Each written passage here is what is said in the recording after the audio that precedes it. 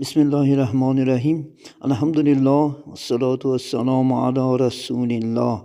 اما بعد، السلام علیکم و رحمت الله و برکاته. ای موی سفید کرده نامه سیاه، تا چند گریزی در گاهی اله. حق می گوید مرا کرم بسیار است، ناامید مشو بنده بیا عذر بخواه. یکی از عاشقان الهی حق سبحانه و تعالی که اینم باشد، یعنی کی است؟ شیخ سعدی رحمت الله علیه، که سعدی بزرگوار میگه صبح گاهان بوی جگر از حجره غریبانه او میبرآمد.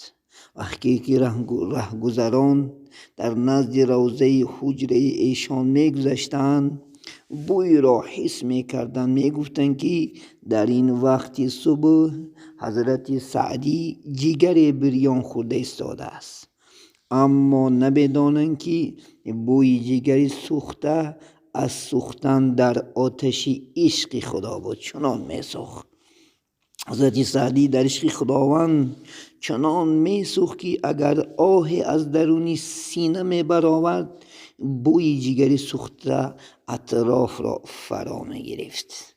میگوید وقتی که در عشق چنان میسوزم، که به یک شعله جهان میسوزم.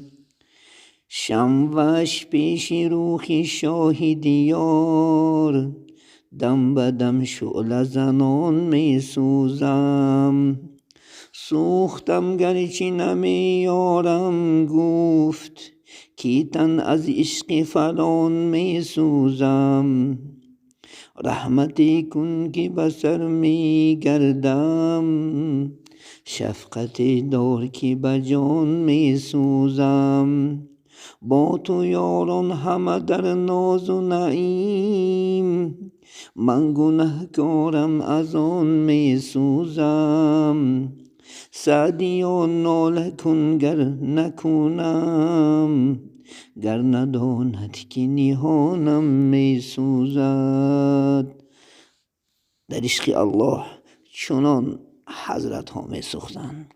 السلام علیکم و رحمت الله و برکاته.